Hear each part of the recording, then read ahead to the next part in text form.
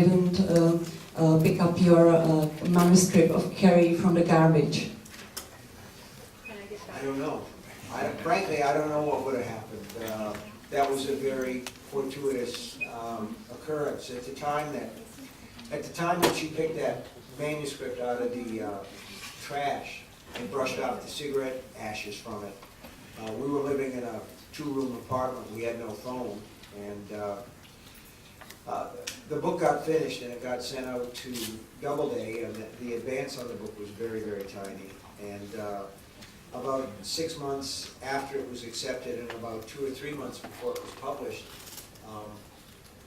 my editor from Doubleday called and said, "We sold the paperback rights to your book."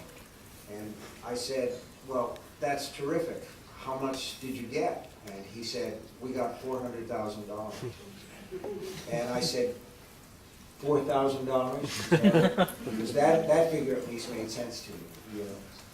He said, "No, $400,000, and the strength went out of my legs, and I sat down on the floor between the living room and the dining room of the house where he called me. And I was just stunned. You know, it was like winning the lottery, except when you win the lottery, you don't really do anything except buy a ticket, and I had at least written this book, so I'd done the work. And it was Sunday, and I was in my little town, and the only thing that was open, I thought to myself, I have to buy my wife a present, because she rescued this book. I must buy my wife a present. My God, we just made $400,000. You know, I was living at that point on $6,400 a year. We were supporting a family of 4. And I thought, I have to get her something. I must. But nothing's open. But the Rexall drugstore was open, so I bought her a hairdryer. Was the only thing I can think of. But the one thing that I remember most clearly is she had been visiting her mother that day, and she came back in our old wreck of a car. And I said, they sold the paperback rights for $400,000.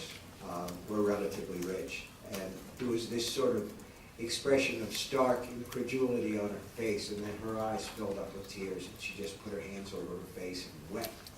And I thought, God, I made a lot of money and I made my wife cry.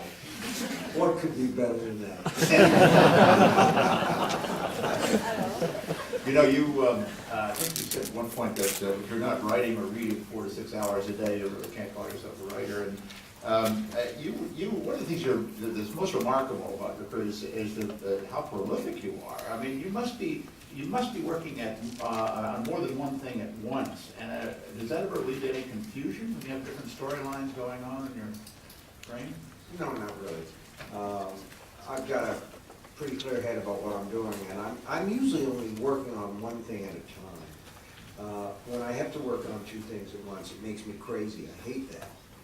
Sometimes it's necessary, but I don't like it. And really, I mean, guys, you're all writers, you're all communicators of some form or another, and you know, you can call yourself anything you want, right? Everybody does. You call yourself an expert, you get on CNN. Oh, snap! I got that. So, you know, you can do that, but you can't do it well. You can't really do it well unless you spend a certain amount of time working with craft. Simple as that. It's like anything else. I have 2 questions from Denmark, from Sain Aristrup, and one from South Korea, South Jun-yoon, about JFK. First one is, how is writing historical fiction different from strict fiction? And the second one is, what is the reason for choosing the assassination of JFK to develop the story? Do you think, my God, it would have been better for America and the world if he had not been killed? Oh God, that's a whole wax, isn't it? I wanted to write about it because I think that it's one of those rare moments when everything either changes or it doesn't.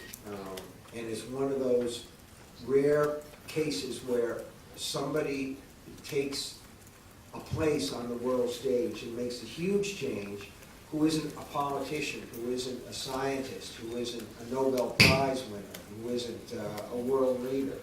This was just some little schmuck, right? who worked as a glorified janitor in a book depository, and he happened to be there that day. He happened to have a little bit of experience as a shooter. He happened to be in the right place.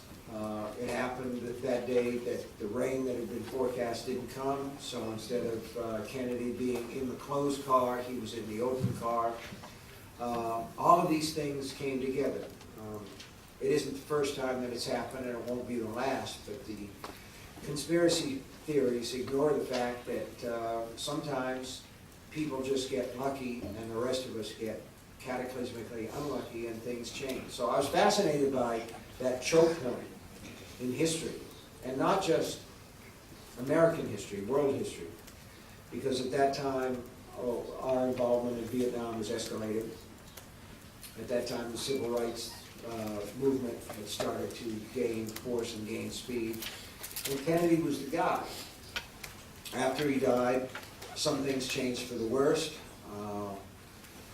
Lyndon Johnson went into Vietnam with that sort of Texas, you know, like my balls are bigger than your balls kind of thing, you know, and we're going to kick them asses, you know. That was one thing.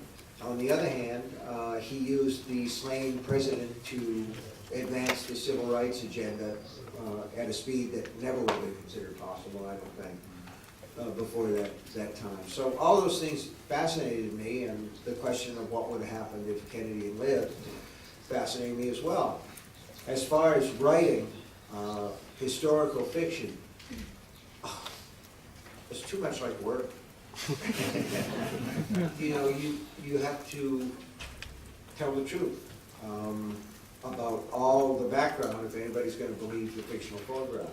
And that's not easy. I had a research assistant. I hired a guy that I'd known for a long time to work out some things and get me basically information, but then I have to winnow it for the stuff that matters. And I had to go to Dallas and go to the 6th floor window. And there are people who do this book after book, and I just don't understand why. Those Hilary Mantel books, Wolf Hall and Bring Up the Bodies, amazing feats. The Orphan Master's Son, the novel about North Korea, fantastic feat of imagination melded with actual facts. See what I'm saying? So it was interesting, and it was a challenge, and it gave me a chance to build fictionally on real people like George de Mohrenschildt, who was a shadowy figure in Oswald's background. I don't want to get all technical about this because I'll boil the butts off you guys, but it was a process, I'll tell you, and it was interesting. I love that book. Next question. Here, we already put one. Okay, go I think ahead. it's here. Hello, my name is Maria Bravikova, Russia 24, Moscow, Russia, TV. All right, so in Russian language we have a set expression, чемодан без ручки, a suitcase, you cannot see me, right? It's a suitcase without a handle, something that is really heavy, really hard to carry around, but you still cannot throw it away. And I think the same thing goes with bad memories, traumatizing experiences, and everything like that. And when we start reading 11/22/63, we all already know that Kennedy was assassinated, but we still are expecting for something good just because you are so good at writing happy endings, right? And Well, maybe you haven't read Pet Sematary, that's where life comes back. probably thinner is the worst. I've done some happy endings. I think in life there are more happy endings than sad ones, but that's just me. Do you think the novel has an optimistic ending, and do you think it's ever possible to mend the suitcase? I love that saying. That's terrific. A suitcase without a handle. I'm going to steal that. None of you ever heard me say that. Well, no, I would absolutely credit you. We don't know, do we? We don't know what would have happened if Kennedy had lived. Obviously, in the course of 11/22/63, I wanted him to live long enough so that I could peek into the future and see what would have happened if he hadn't lived. And it seemed to me that the happy ending was to say that if he had lived, things would have ultimately gotten worse. And by writing that kind of story, you are saying something thematically. And the thematic thing, which always sounds worse when it's stated baldly, is that things happen for a reason. And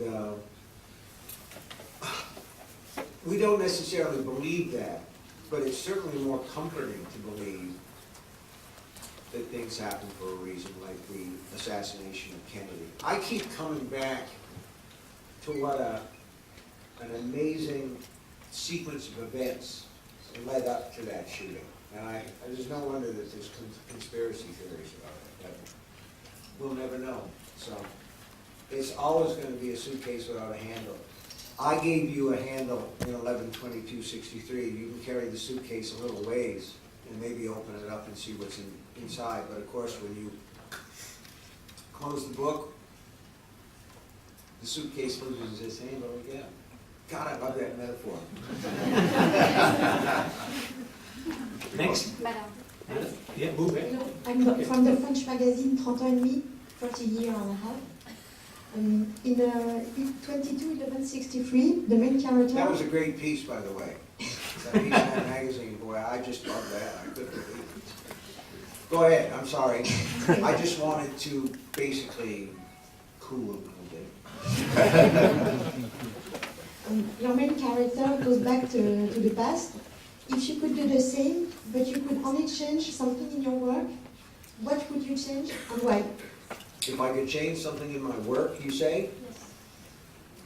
Well, definitely I would try harder to make Maximum Overdrive a better movie. And I'm tempted to say that I would not have worked with Dino De Laurentiis at all, but I don't think that that would have been the case because he was sort of a fabulous individual in his way. I can remember going over to his house. I mean, he was just a great guy. And we were, at that time, this miniseries called The Thornlers was on TV. And his daughter, Raffaella, would come in, and she was tall and gorgeous, and she was always, seemed like she was back from riding horses, and she had on jeans and these tall boots and everything, and she crashed down on the sofa next to her father and put her boots up on the coffee table and look at the TV and say, "When did they get to the fucking?" And would kind of give her the elbow. And he had a studio in North Carolina, which coincidentally is now where Under the Dome is filmed. And he would not, his first feature was Cat's Eye with Drew Barrymore, who was then a little tiny slip of a girl. And he would not start filming until he got a priest in and blessed the studio. Much good that it did. But if I could go back and change one book or movie, geez. When you look back at the books that you've written, there is an element of embarrassment where you say, I can't really believe that I wrote that. So, in some ways, it's better not to go back at all, rather than, because you take a crack at everything. Do you know what I'm saying there? I was thinking of something else. I will ask you a question. I figured you were thinking of something else. I got it wrong away. All right, I didn't answer that, and now let's have another one that I want to answer. Let me ask you a question. Sure.